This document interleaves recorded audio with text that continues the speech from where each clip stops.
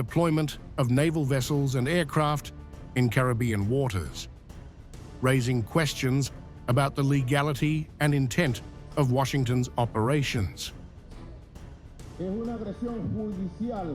standoff has deepened further as Venezuelan President Nicolas Maduro announced that government-to-government communications with the United States have been severed, citing what he described as persistent threats and coercion.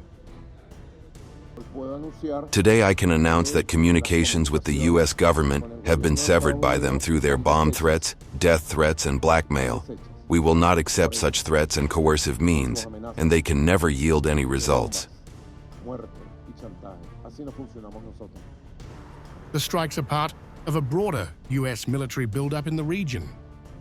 Officials have confirmed the deployment of advanced F-35 fighter jets, drones, and Navy ships to Puerto Rico and surrounding waters.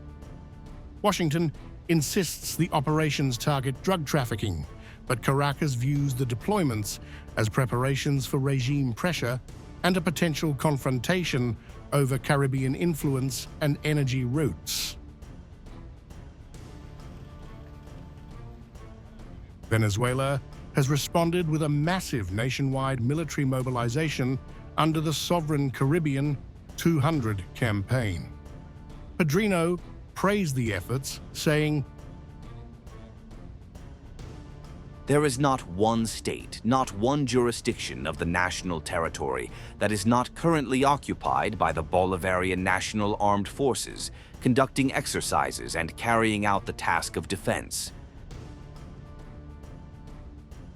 The drills include land, air, and naval exercises near La Ochila Island, with warships, tanks, aircraft, and air defense systems deployed across the territory.